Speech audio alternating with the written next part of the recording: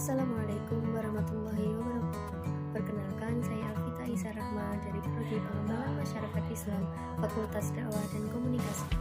Pada kesempatan kali ini, saya akan sedikit menjelaskan tentang peradaban Islam di Timur Tengah. Yang pertama, peradaban Islam di negara Irak. Yang kedua, peradaban Islam di negara Iran. Yang ketiga, peradaban Islam di negara Maroko. Yang keempat, peradaban Islam di negara Mesir. Dan yang terakhir, peradaban Islam di negara Arab Saudi. Baik, yang pertama, peradaban Islam di negara Irak. Negara Irak dikenal sebagai Mesopotamia, yang berarti di antara sungai-sungai dalam bahasa Yunani. Irak dikenal sebagai tempat lahirnya peradaban pertama di dunia, yang diikuti oleh budaya Akkadia, Babilonia, dan Anshur, yang kemudian meluas ke daerah-daerah tetangga. Peradaban-peradaban ini telah menghasilkan tulisan tertua dan sebagian dari ilmu pengetahuan pertama di dunia, seperti matematika, hukum, filsafat, sehingga menjadikan Irak dikenal dengan sebutan kota buayan peradaban. Selanjutnya, perkembangan Islam di negara Irak. Agama Islam dan bahasa Arab masuk ke wilayah Irak pada masa Khalifah Umar bin Khattab pada tahun 637 Masehi.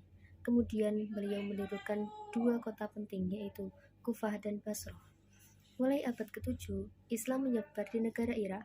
Irak berhasil ditaklukkan oleh tentara Islam pada tahun 633 sampai 637 dengan membawa bahasa Arab dan ajaran Islam. Penaklukan itu berlangsung dalam 3 tahap, yaitu dalam tahap pertama pada masa Khalifah Abu Bakar As-Siddiq di bawah pimpinan Musanna bin Harisah yang menaklukkan bagian barat sungai Efrat. Kemudian Abu Bakar As-Siddiq mengirim pasukan yang lebih besar di bawah pimpinan Khalid bin Walid, dan akhirnya ia berhasil menguasai kota Hirah dan Al-Ubullah. Pada tahap kedua, dipimpin oleh Khalifah Umar bin Khattab yang mengirim pasukannya ke utara Baghdad dengan melibatkan panglima terbaik Islam, antara lain Musanna bin Harisah, Abu Ubaidah bin Umar As-Saqafi, Jarir bin Abdullah, dan Sa'ad bin Abi Waqqas. Tahap kedua ini berlangsung beberapa tahun dan berhasil menaklukkan seluruh daerah Aswad yang sekarang disebut sebagai Basrah. Tahap ketiga terjadi pada masa Khalifah Umar bin Khattab. Pasukan Islam dipimpin oleh Iyad bin Ghanam. Serangan diarahkan ke daerah yang dikuasai bangsa Romawi dan mampu merebut beberapa kota penting. Penyebaran agama Islam dipusatkan di kota kembar, yaitu Basrah dan Kufah, yang dibangun pada masa Khalifah Umar bin Khattab. Khalifah Umar bin Khattab mengirim Abu Musa al-Ashrafi ke Basrah dan Abdullah bin Mas'ud ke Kufah. Tahun 750 Masehi, Irak dikuasai oleh dinasti Abbasiyah dan ditemukan sebuah kota-kota kecil yang dinamakan Baghdad. Baghdad menjadi pusat perdagangan, budaya, dan kota pelajar. Bahkan, Baghdad juga pernah dianggap sebagai pusat intelektual dunia, pusat kekuatan dunia. Di kota itulah dahulu kebudayaan Arab dan Persia bercampur dan menghasilkan ilmu pengetahuan, kebudayaan, dan karya-karya sastra yang adiluhung. Baghdad berhasil mencapai kejayaannya pada masa Khalifah Harun ar-Rasyid dan menjadi kota terbesar kedua di dunia setelah Konstantinopel. Harun ar-Rasyid pula yang memerintahkan pembangunan kanal-kanal kota, tanggul, dan tempat-tempat penampungan air.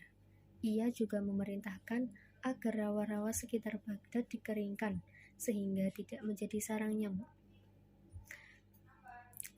Sehingga Harun ar-Rasyid dijuluki sebagai khalifah yang tidak pernah tidur karena beliau selalu keliling di negerinya pada malam hari untuk bertemu dan mendengarkan keinginan rakyatnya.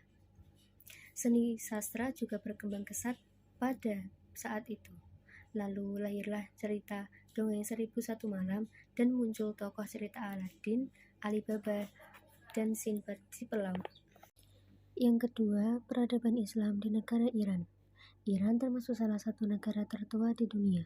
Sejarah perkembangan Islam di Iran awalnya bukan saja bermula dari kerajaan Syafawi. Bahkan justru Iran merupakan salah satu peradaban tertua di dunia, yaitu sekitar tahun 2700 sebelum Masehi. Saat memasuki tahun 1979, Iran menjadi negara Republik Islam. Ini bermula dari kemenangan oposisi Ayatullah Khomeini sebagai tokoh revolusioner dan tokoh Syiah.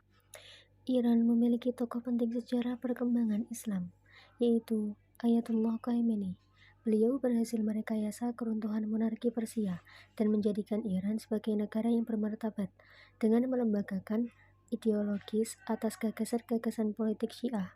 Maka dari itu, dalam memahami perkembangan Islam di Iran, mesti dipahami perkembangan mazhab Syiah, atau dengan kata lain, perkembangan Syiah di Iran merupakan pertanda perkembangan Islam di Iran, sebab undang-undang yang diberlakukan pasca revolusi adalah berdasar pada mazhab Syiah. Perkembangan Islam saat ini mengkonsepsikan bahwa semua urusan agama harus berpegang pada imam, sebagaimana kaum Sunni mengembalikan seluruh persoalan agama pada Al-Quran dan Sunnah, atau ajaran Nabi Muhammad SAW. Peradaban Islam yang ketiga, yaitu peradaban Islam di negara Maroko. Perluasan wilayah-wilayah Islam yang dilakukan oleh Khulafaur Rasyidin masih tetap berlanjut. Ibu kota negara dipindahkan Muawiyah dari Madinah ke Damaskus. Pada masa pemerintahan Al-Walid ibn Abdul Malik, Islam merasa hidup bahagia, tentram, dan makmur, serta tercatat suatu ekspedisi militer dari Afrika Utara menuju wilayah barat daya benua Eropa.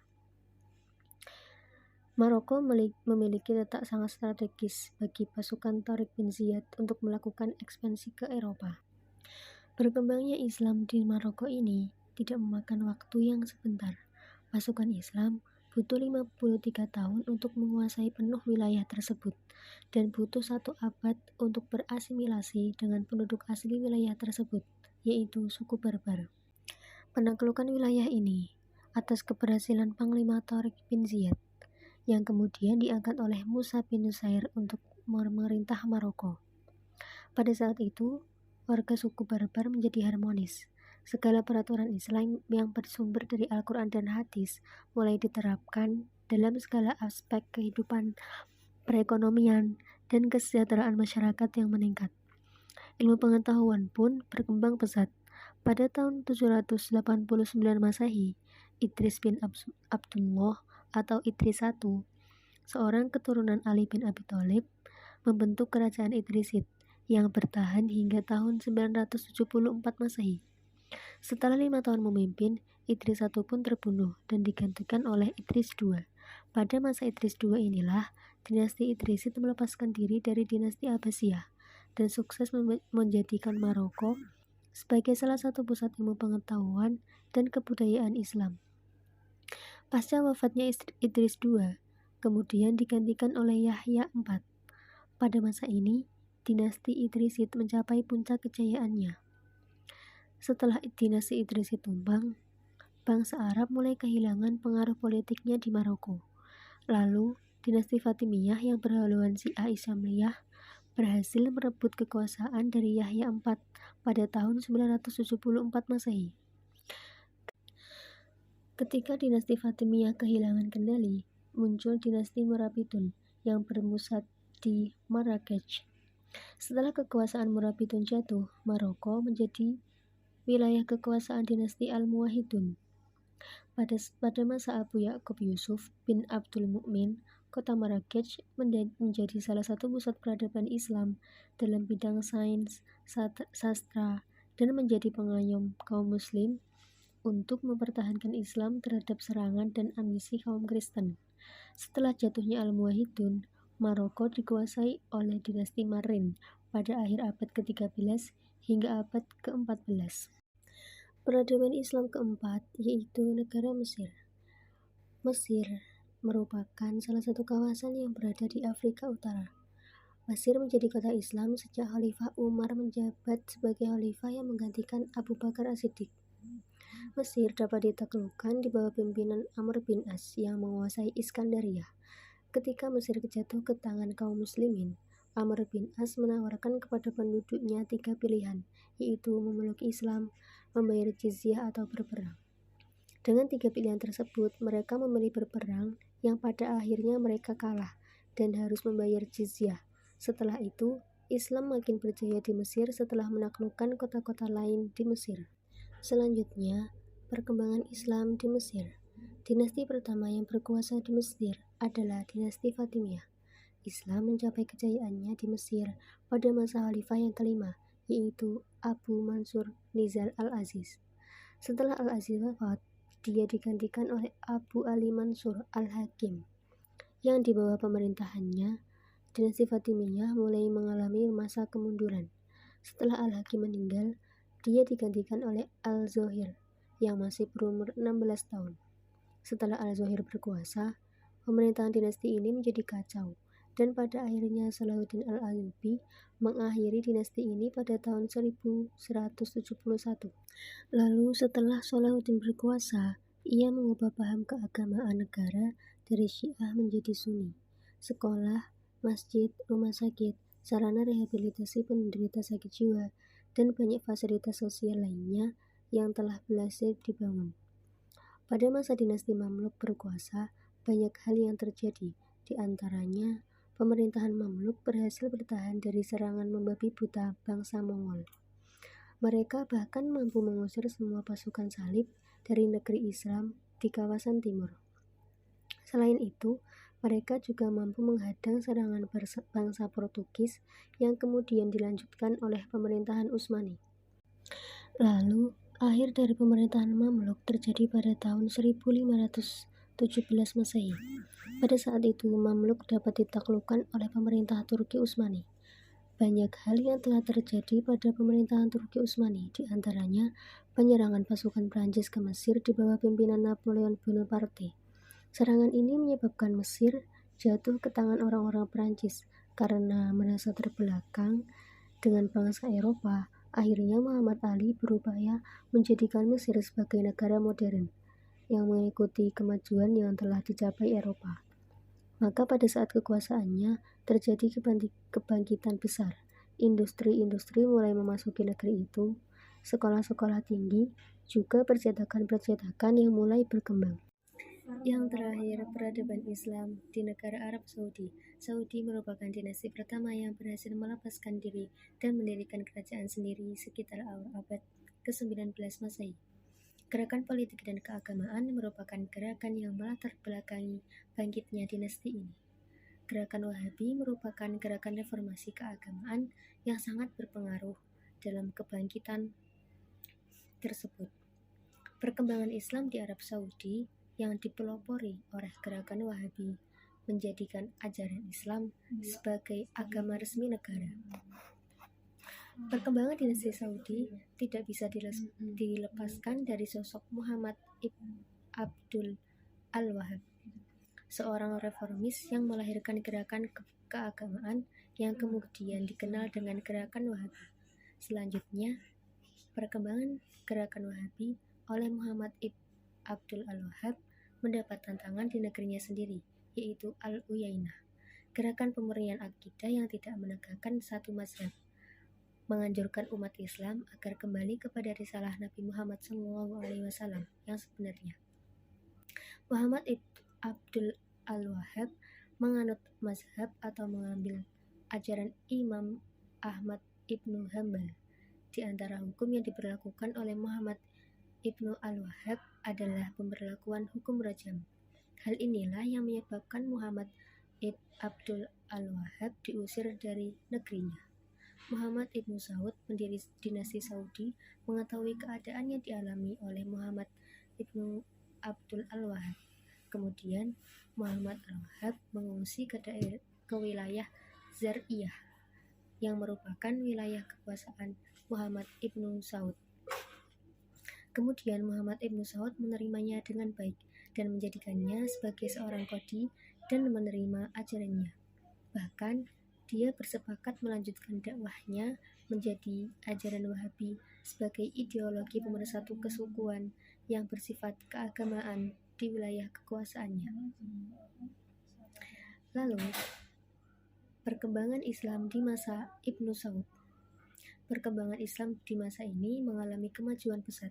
Ajaran persamaan derajat diterima semua kalangan yang memang masyarakat Arab waktu itu tidak mengenal gelar-gelar yang dipasangkan kepada para pemimpin di masa kekuasaan Turki Utsmani. Pada masa sebelum Ibnu Saud berkuasa, pengaruh pemikiran keagamaan seperti tasawuf yang membuat penguasa Mesir dan Turki Utsmani memandang bahwa syarif itu mempunyai keistimewaan tertentu yang bersifat keagamaan, sehingga mengganggu hak-hak mereka yang dinilai sebagai bagian dari pengerusakan terhadap agama. Ketika Ibnu Saud berkuasa, fitrah demokrasi mereka telah kembali dengan ajaran persamaan. Manusia dipandang sama derajatnya. Pemanggilan seseorang cukup dengan memanggil nama, bukan memanggil gelar seperti ketika masa Turki Utsmani. Bahkan pada seorang penguasa sekalipun, mereka dalam bidang hal dan kewajiban. Dalam syariat Islam tidak ada kelebihan seseorang syarif, seorang sayyid atau penguasa atas yang lain. Perkembangan Islam di masa dinasti ini bisa dilihat dari pengaruh perubahan lembaga keagamaan, lembaga peradilan, dan lembaga pendidikan. Pada bidang akidah, dinasti ini menganut aliran salaf, sedangkan pada bidang fikih, dinasti Saudi menganut mazhab Hambali. Tahun 1924 gerakan Wahabi yang dianut negara yang berpusat di Najd itu tampaknya belum lagi tersentuh modernisasi. Modernisasi pendidikan gerakan Wahabi terjadi setelah dinasti Saudi kembali menganeksasi Hijaz dan mengalami kontak intensif dengan para ulama Hijaz.